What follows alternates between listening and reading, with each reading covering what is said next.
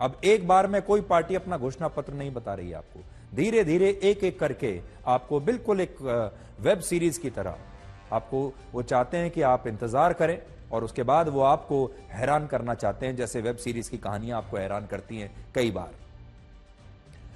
तो आज अरविंद केजरीवाल ने दिल्ली के मिडिल क्लास परिवारों के लिए 7 सूत्रीय घोषणा पत्र जारी किया है और यह भारत का शायद पहला ऐसा चुनावी घोषणा पत्र है जिसे लागू तो जिसके ऐलान आम आदमी पार्टी कर रही है, लेकिन लागू इसे बीजेपी की केंद्र सरकार को करना है। तो ऐलान कर रहे हैं केजरीवाल और लागू करने की जिम्मेदारी डाल दी है प्रधानमंत्री मोदी की। केजरीवाल के इस घोषणा पत्र में वादों का नहीं बल्कि उन 7 मांगों का जिक्र है जो आम आदमी पार्टी ने केंद्र सरकार से की है। इनमें पहली मांग है दिल्ली के शिक्षा बजट को देश के कुल बजट का 2% नहीं बल्कि 10% मिलना चाहिए। दूसरा, उच्च शिक्षा के लिए दिल्ली के छात्रों को सब्सिडी और स्कॉलरशिप मिलनी चाहिए और प्राइवेट स्कूलों की फीस पर लगाम लगनी चाहिए।